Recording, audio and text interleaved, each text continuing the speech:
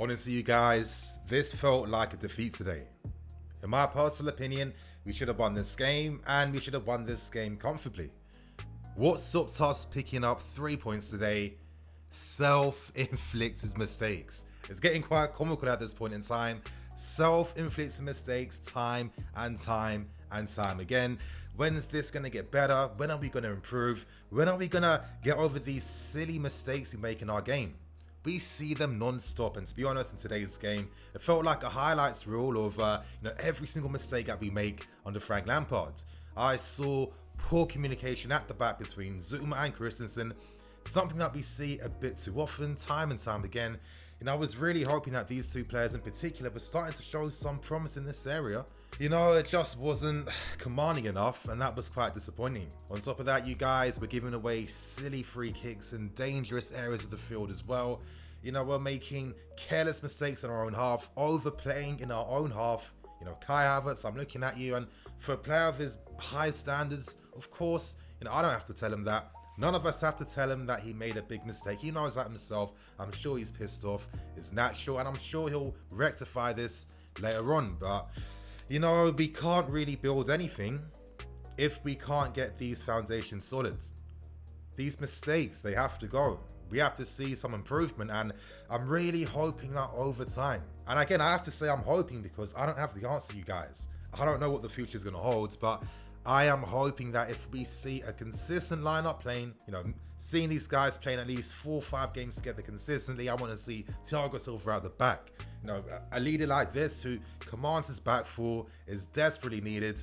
I want to see other players like Pulisic play more. He needs a bit more time as well. Hakim Ziyech should get fully fit too, because we can see the potential. And in today's game, there were a ton of positive things to still speak about, but I can't speak about those things without mentioning the negatives. And until we see some improvement in this area, please, then we're not going to be a serious team. We're just going to keep being pretenders, you guys. I need to say it brutally. I need to keep it real.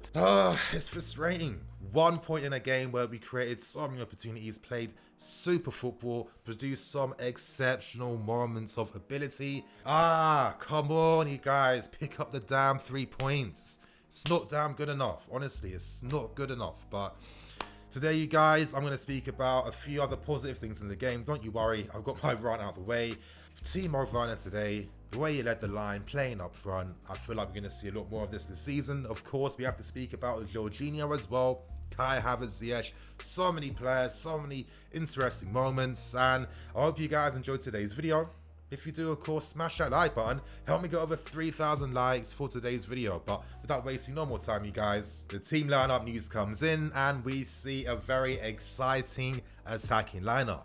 We saw Werner up front, Kai Havertz, Pulisic, and Mason Mount making a very fearsome front four. We saw Jorginho partnering Kante, and in defense, we saw Christensen, Zuma, Chilwell, Azpilicueta, and Kepa in goal. So this was a very promising lineup. This is the type of lineup I think we're going to see a lot more of this season as it does progress and continue on. And as I said earlier, my saving grace, what I'm really hoping for is that with more consistency playing alongside each other, those defensive mistakes are going to slowly creep out our game, because honestly, we can't continue on like this, you guys. But to continue on, we start with the first half, and what an exceptional opening to the game.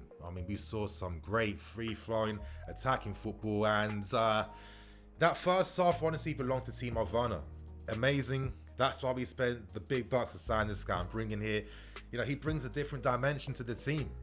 His ability to really go 1v1 against his man, get past his man, it adds a different threat and dimension. On top of the fact that he can withdraw out wide and receive passes in the wide areas, giving us a different attacking dimension in the team as well. So today, he was on fire. He was hungry, and the only disappointing thing was that he was not able to get his hat-trick. But to be honest, very unselfish play from Werner to set up Havertz instead, playing for the team, setting up his boy, helping his boy get his first goal as well. It's what you want to see, you guys. But, let's spend a bit more time with the first goal he scored. Now, before that first goal, he was very unlucky with the offside goal rolled out against him. It seems to have spurred him on. It seems to have given him that confidence and that hunger to get on that score sheet. When you're a striker, sometimes you can just sense the game is going in your favour, and today it was most definitely going in Werner's favour. he made that first goal look way too easy. His ability to just keep carrying that ball forward, skipping past his man left, right and centre, and then that composure at the end to finish it afterwards. Great goal, exceptional goal. The type of goal that I used to see him score for RB Leipzig last season as well. And of course, he was able to maintain that momentum by getting the second goal as well. And what a brilliant goal this was. What a world-class goal this was. Werner's ingenuity then to just flick the ball over the keeper and then head it in so composedly and effortlessly into the net.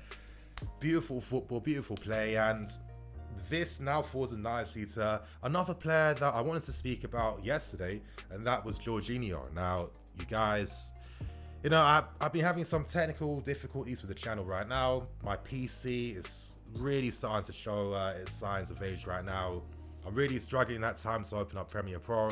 I'm constantly using alternative options when I can, but you know, it is becoming difficult until these new graphic cards come back to the market so I can properly upgrade my PC. So you guys got to bear with me for a bit, because yesterday I did a match preview that I wasn't able to even release, and I wanted to speak about Jorginho because after watching some of our games during the lockdown periods, I felt like Jorginho could possibly have a new lease of life in the team right now. Now with Jorginho, he's not that Cesc style of midfield player that can, you know, play these exceptional passes with quality consistently with like 70 yards over the top. You know, for me, Jorginho is the type of player that could really suit this team right now. When you have players like your Pulisic and your Havertz, his Mounts, you know, picking up positions between the lines, Jorginho is exceptional at finding players on the field in these areas. I think with Hakim Ziyech in the team now, that's going to take away that creative responsibility and burden of Jorginho, allowing him to focus on those short passes, those passes that open up, you know, passing lanes that, you know, find his teammates between the lines too. I think that's where we're going to see Jorginho at his best, and to be honest, seeing his involvement for that second goal, by far his best assist he's made since he signed for this club. In my personal opinion, you guys in the comment section below, let us know what was your favourite Jorginho assist, but he has to get full credit for that. And on top of that, I thought his performance was good. You know, he worked very hard, his passing was very efficient, very fast too, and to be honest, it was starting to make me think about Jorginho's time at Napoli, because, you know, during that period, you know, under Maurizio Sarri playing Sarri ball, Jorginho was at his best. And one of the main reasons for that was because he had runners in front of him, making runs in front. And, you know, when you look at our team, we have those same capable players.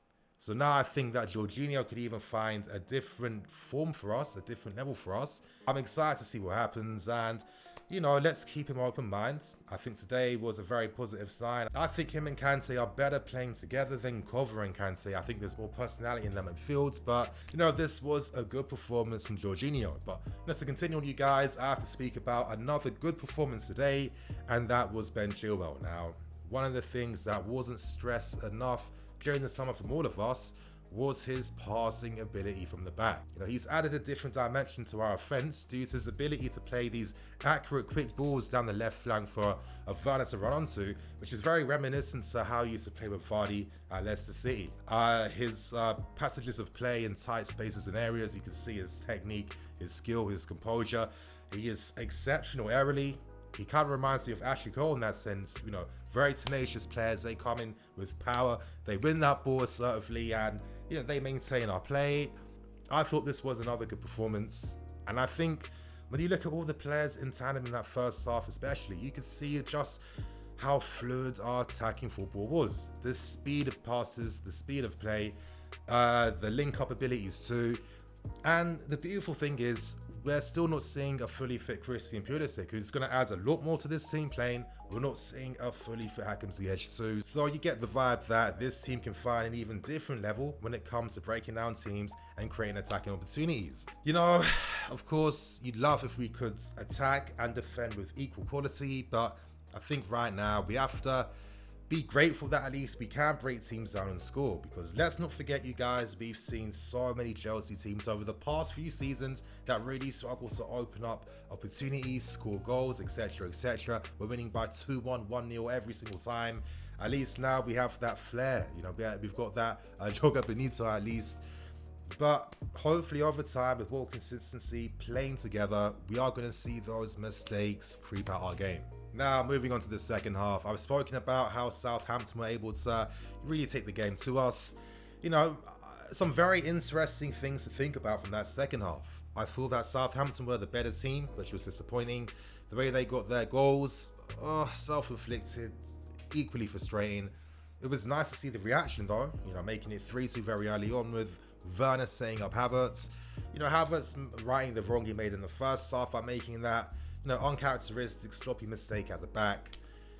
But after that period, I just felt like we didn't look solid enough. We didn't look assertive defensively off the ball.